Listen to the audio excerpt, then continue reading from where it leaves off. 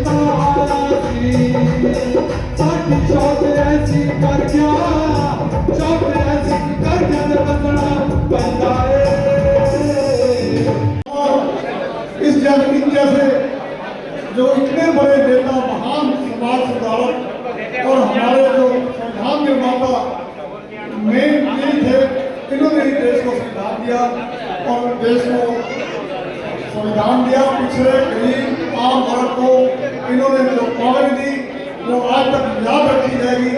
मैं ज़्यादा समय नहीं लेता क्योंकि मेरी जाना के काम है, तो मैं आप सबका स्वागत करता हूँ, धन्यवाद करता हूँ।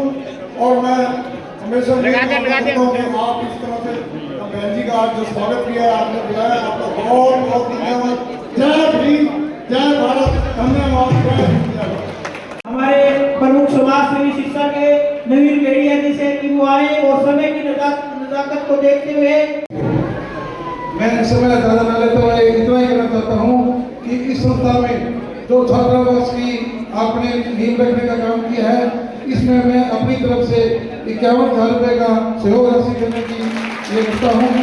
और भी कोई मेरा कोई सहयोग होगा, मैं आपके साथ खड़ा मिलूंगा।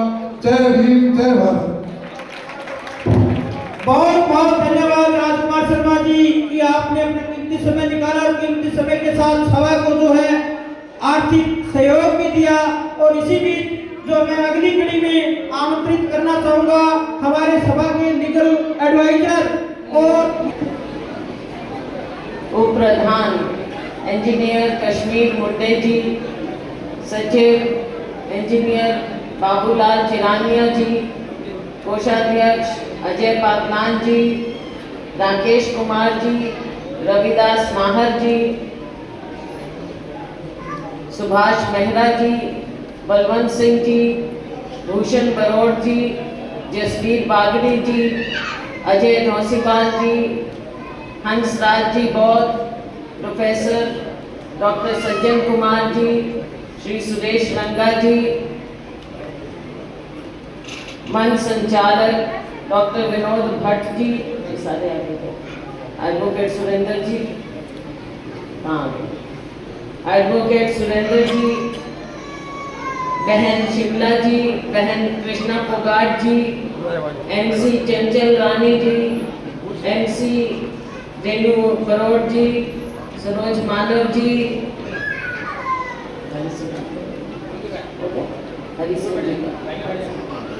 हरि सिंह जी, तेजवान जी, बनिहारी, जसवंत भोला जी, धर्मपाल जी, मास्टर हरि सिंह जी, लिम्बा जी, अन्य सभी यहाँ पर आपकी जान की उनकी ले लिया सुना करो सारे जो रह गए उनसे माफी मांगते हुए यहाँ पर उपस्थित मेरे बहुत ही प्यारी बहनें, मेरे सम्मानित साथियों, मीडिया के मेरे साथियों, आज हम जब बाबा साहेब की जयंती मना रहे, सभी साथियों ने बातें कही। समय के अभाव में शायद सारी बातें कह नहीं पाए। जितना हम सबके मन में बात होती है उसको कई बार समय की सीमा के कारण सारी बातें रख नहीं पाते।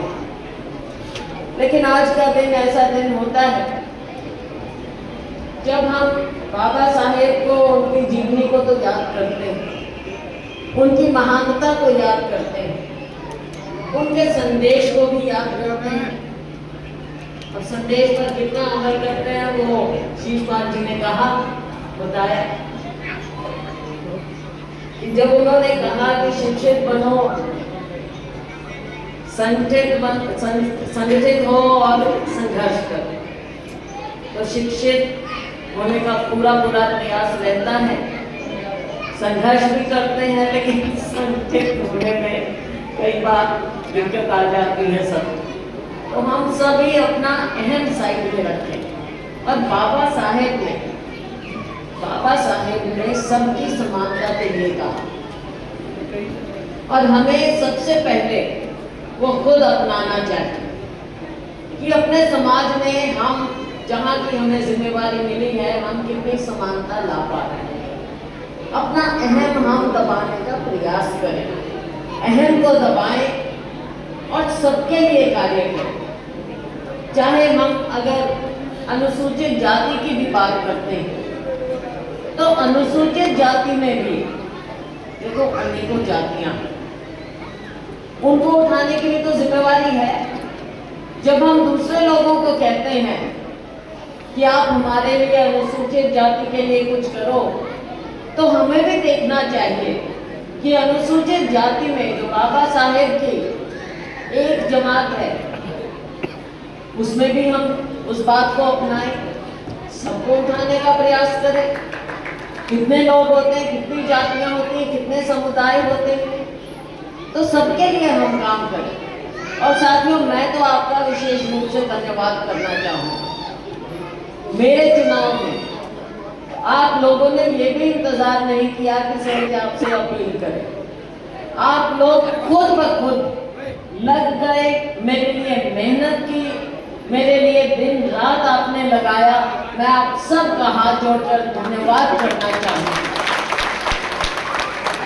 पूरी मेहनत की आपने मेरे लिए, मुझे जिताया बिना किसी अपने